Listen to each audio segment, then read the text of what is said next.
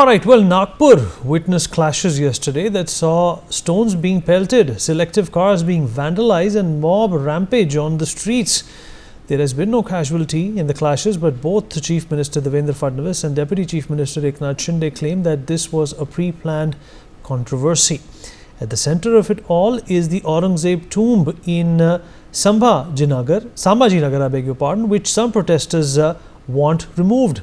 The CCTV visuals have shown how the mobs ran rampage after a rumor was spread about desecration. The police are currently probing who spread the rumor and who hatched this conspiracy. But what is it that can be fundamentally done to resolve this issue rising over the Aurangzeb tomb? Violence cannot be the solution, and there needs to be a one India approach led by dialogue and deliberation. We'll talk about this with some people who understand this. ACP Dhanraj Vanjari, former police officer, joins us on the show. Mr. Nikhil Chandwani, influencer and a resident of Nagpur, also joins us on the show. Major Muhammad Ali Shah, defense expert, with us on the program as well. Nikhil, I'll begin with you. Well, you're a resident of Nagpur. It's a peaceful city. It's the home of the RSS. It's known for its oranges and cleanliness. It's not a city you attribute violence to. How do you think this happened? A lot of people say that there was a Bollywood movie which just came out and that has evoked a lot of emotions in the Hindu community on how certain leaders from the Hindu community were dealt with by Aurangzeb. What do you think happened over here? So basically, it all started with a rumor, Vineet sir. It was an unfounded claim which began circulating like wildfire in Nagpur, and people alleged that the Quran was burned by a few Hindus. So tragically, this misinformation, it started spreading rapidly, and it ignited unnecessary anger and confusion among hundreds of people. And strangely, they were armed with rocks, they were armed with knives, axes, riot gears, and they rushed aggressively in the Nagpur's Mahal area. And you need to know one thing: the Mahal area, 2 kilometers from that Mahal area, is the headquarters of the RSS as well. And this situation, it escalated quickly and it ended in violent chaos last night as the misinformed mobs, they resorted to attacking the police officers, the officers in uniform. The police officers, they courageously stepped forward to restore order and ensure public safety. However, high-ranking officials, including the DCP, faced brutality as they were targeted with stones, they were targeted with sharp weapons, including axe, and it turned my peaceful, beautiful city into a battleground. Unfortunately, many police officers, inspectors, constables, they have sustained injuries and they are undergoing treatment right now. And the rioters, which included hundreds of young violent kids, they are all in jail and they have messed up their own future. So it could have been avoided if people didn't trust the rumors, and right now they are playing with their own future after rioting. So this is what happened here. All right.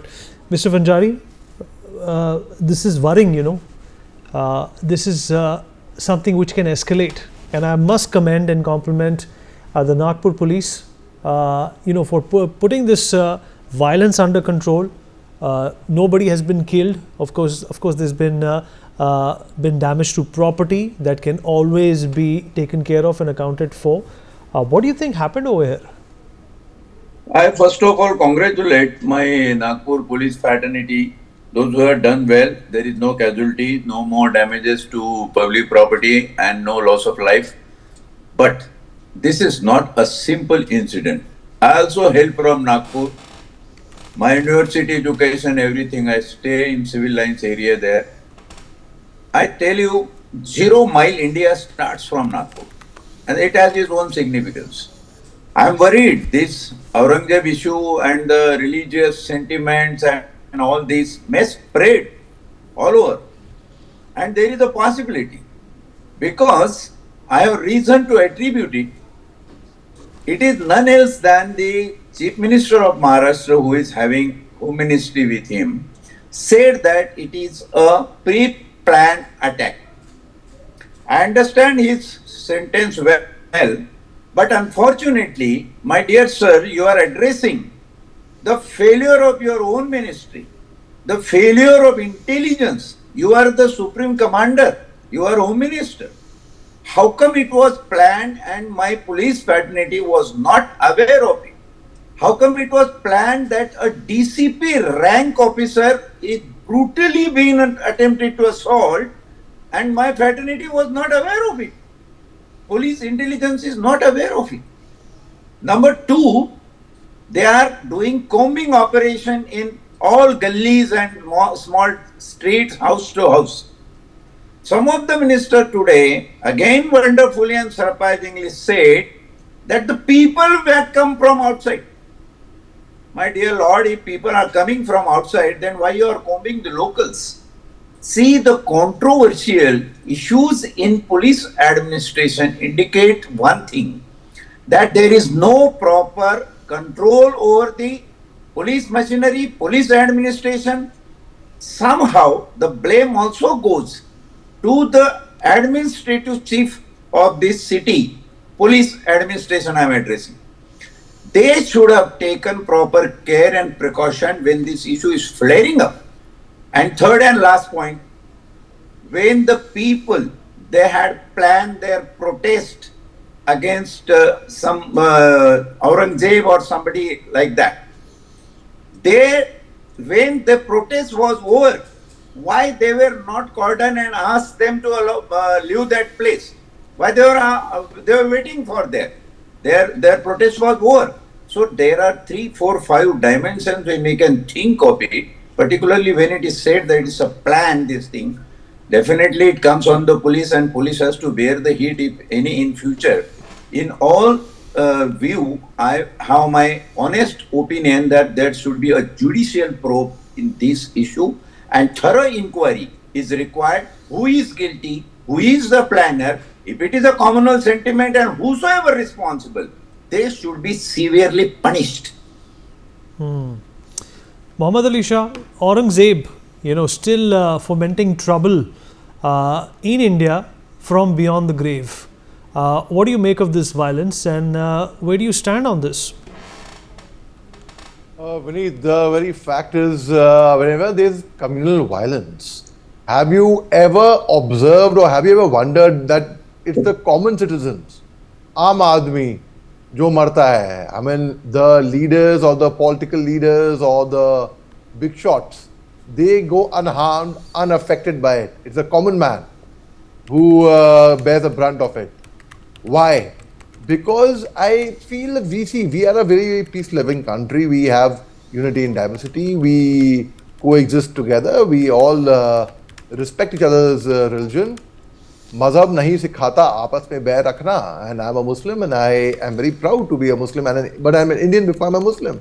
So I care for my country and I do not want any communal violence happening in my country. So I think it is the people on top, the political people who instigate this violence. And because they instigate this violence, जो public है वो भड़क जाती है. Unfortunately, they should not. The uneducated people who have low EQ, IQ, they are the ones who get triggered by this kind of nonsense. So most certainly it is, we should actually coexist together. I mean, I would appeal to everyone in Nagpur, every single citizen, not just the Muslims or the Hindus, but please maintain calm and peace. Please coexist together. Please, Nagpur, I don't know any incident of communal violence that's taken place in Nagpur. But here there has been, of course, there has been no casualties, of course. But as my fellow panelist earlier was saying, how come it was pre-planned? Yes, as Mr. Fadnavis also said, it was pre-planned. It could have been, but how can the police, how can the intelligence agencies, how come the intelligence bureau didn't get wind of the fact that it was being all pre-planned all this while? So I think all our security agencies also have to get more proactive with regards to gathering information, with regards to the security, with regards to getting people together for common cause, for peace, not for hatred. And rumor mongering, again, Manipur was, you mentioned Manipur before that, it was a classic example of rumor mongering. In the beginning, it all started off with one rumor, especially on social media. So we all should be very, very careful of rumor mongering. Just yesterday, a very, very senior journalist sent my sister a very pathetic message and rumor mongering, basically. Again, we're talking about that. So she got alarmed, but she had the maturity to cross check what was the message all about, and then she got to know it's all a pathetic message. And this gentleman was in his own world. He was busy tripping on holy still after a couple of days. So the very fact is, when we and he blot on the journalist community is doing such a great job. This particular gentleman in Calcutta, who I would not name right now, was doing. I mean, he's doing disservice to the entire community. Similarly, rumor mongering is something which needs to be taken to task. Anyone who spreads rumors of communal hatred should be taken to task straight away. And we all should come together. Indians, we are five. There's a fist. In the fist, there are different fingers. One finger is bigger than the other, small. But then we can't clench a fist until it's all together. United we stand, divided we fall. We all love our motherland. We all love India, and let's think of a progressive future instead of getting instigated and getting into violence and communal thing and hatred. And I honestly, the upbringing I've had and the culture I've lived, my Jawans in the army would wish me Ram Ram Saab, Eid Mubarak. That's the culture I've been brought up in. Ganga, Jamuna, Tehzeeb. And this kind of a thing, I mean, it is totally, I mean, I am very aghast, I'm alarmed, because this thing can be contagious. It can spread from Nagpur elsewhere if it's not curtailed. It is the headquarters of the RSS. And I think Mr. Mohan Bhagwat, the chief of the RSS, he's doing a very fine job. He propagates total non-violence. He propagates peace, in fact. He speaks sense.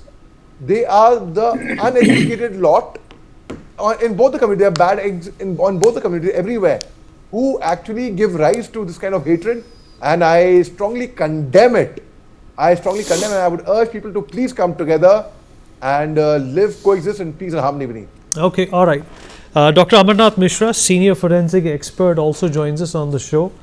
Dr. Mishra, of course, the locals are saying that this is very unbecoming of a city like Nagpur. It had to be the role of some outsiders in fomenting these troubles. How do you look at this particular problem? All right, there seems to be a problem with this connection. Let me in fact go back to Nikhil. Nikhil, there is obviously going to be a probe. There is going to be a judicial inquiry as to what happened. But what does this mean for Nagpur?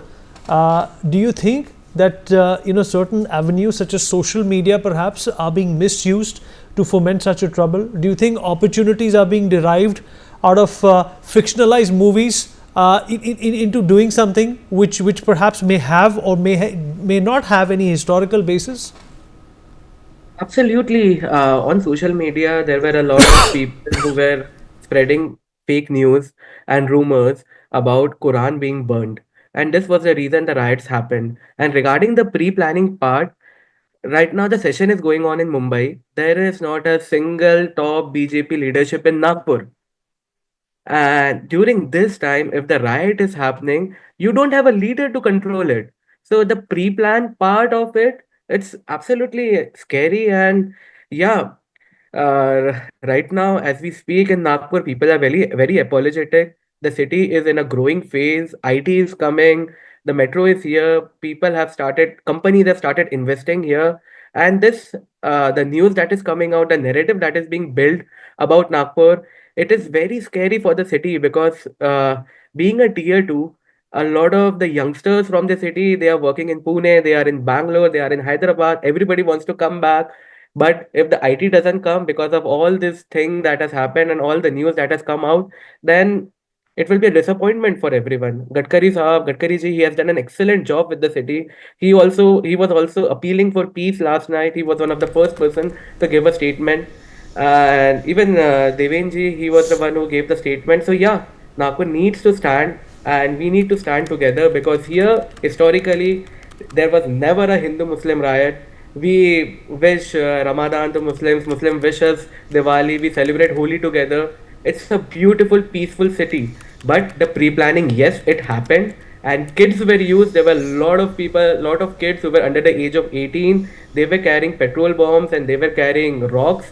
And they started targeting the Nagpur police, which was extremely disappointing and scary to see. And this pre-planning needs to be investigated, and the person who has started this rumor, he needs to be called out, arrested, and the law should take its course.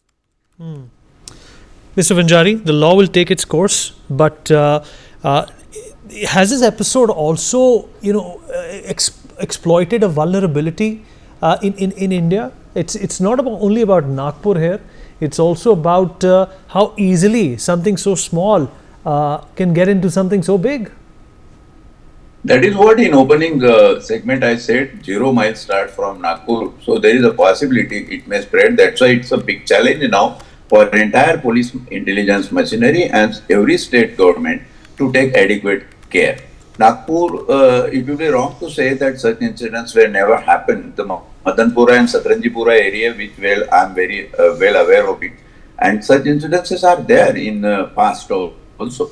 But when such incidences are on record, police are more cautious that from such area whether such planning would be coming and who will be the planner, why not to deploy the people much in advance, and that too in every district police must take a lesson from this and they should deploy. Number two, there are a lot of unemployed youths and they are just like vagabonds readily available for such nonsense type of planning. I think we need to educate them on certain level that religious sentiment has its own place in the life, nothing more than a tinkle size. But if you give more space to it and as against compromising the priorities of your studency for job orientation or some education or health issues, you are doing a gross mistake. When world is moving in the space with space shuttle and all such things, we are still fighting in the house on religious sentiments. It is not good, and we need to. The organization like RSS, I would appeal, Mohan Bhagwat ji, आप सांस्कृतिक संस्था अपने आप को कहते हैं, cultural organization, you are known in the world for that. So let the youth of this country find their youthful temperament away from religious temperament. There is nothing in the religion. As Mr. Mohammad Ali Shah, Major साहब आप कह रहे थे आपसे उम्र में बड़ा हूँ, तवज्जो दीजिए 2 मिनट के लिए, आप कह रहे थे कि I am proud to be Muslim. You are proud to be Indian. I am proud to say you are my Muslim major military officer. I am proud of. But you on channel say I am proud to be a Muslim. I object to it. You are much young. People who will be watching you, they must understand you are proud of Indian. You are a part of Indian army. You are part of military. So let there be a glorious sentiment of oneness and togetherness, belonging, sense of possession for this land, India. We need to spread this message to entire country and entire society, each and every faction of the society. I think this would help, and I hope in the name of Almighty God, Allah, जो भी है, कि ये spread ना होए, और अगर होता भी है तो बड़े इन इसको इंटेलिजेंस हमारा पुलिस का सतर्कता से काम करे और इसको they can stop it well in place. There won't be any such time on the minister to say that this was the planning and addressing his own faults. No, it should not happen. Okay, let me in fact ask Mohammad Ali Shah to respond to what you have said, since you have picked out on a statement he made. Let's see how Ali responds to what you have said, Mr. Vanjari. Ali? Right, the very fact is, I see it very crystal clear. My view is, in a house, I'll give an example of in a house, an elder brother and a younger brother living together. The elder brother should know how to conduct himself with the younger brother. The younger brother should know how to conduct himself with an elder brother. When these two learn to coexist and to conduct themselves in a very nice, gentle way, only then can we expect peace. Similarly, the minorities and the majorities should know how to coexist together. They should not be anyone trying to irritate anyone. I'll give you a small example. The other day I took a cab early morning, and the cab gentleman, he was a Muslim. He read my name that I was Muhammad Ali Shah, and he was playing some religious, I don't know what, in the morning, early morning. Very, very early morning. I want to sleep. I was going to the airport. I told him, Bhaiya, please turn the volume down. I want to sleep. So he said, He knew my name is Muhammad Ali Shah. He said, you being a Muslim are saying that. And like, of course, I got irritated. I want to sleep. Now I can well imagine if a person like Mr. Nikhil or if Vineet or if somebody else is there in the cab. And come on, for God's sake, I don't want to hear music early in the morning. Even music, even rock music, which I like. I wouldn't want to hear my rock music also. Why would I hear some religious sermon early in the morning on top of my voice in my ears? I would rather sleep in the cab. So people should know how to conduct themselves. People should know, be it minority, majority, everyone. So in the same example I would give to somebody else. So when you irritate somebody and bring him to the point, a person gets irritated. At the same time, both the communities should also maintain restraint. Sound breaks. Yes, but both the communities should also at the same time should show love. There is a disconnect, I think. Vinit. Wait. I'll take off the earphones. Can you hear me now?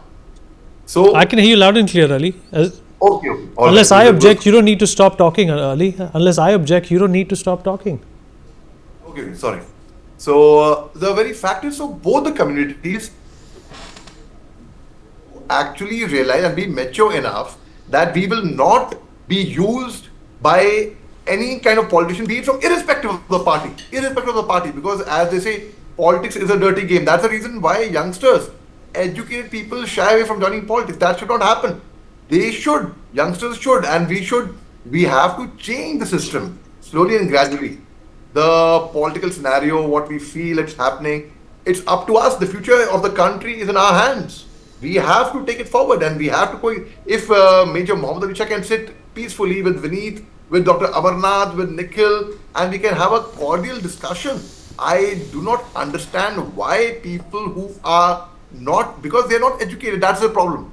We have to get our country educated. We have to get everyone educated. Educated not mean you do your graduation or do your engineering or you do your PhD. Okay, let me quickly rope in Nikhil as well. Nikhil, there are graves and mazars of Mughal rulers all over the country.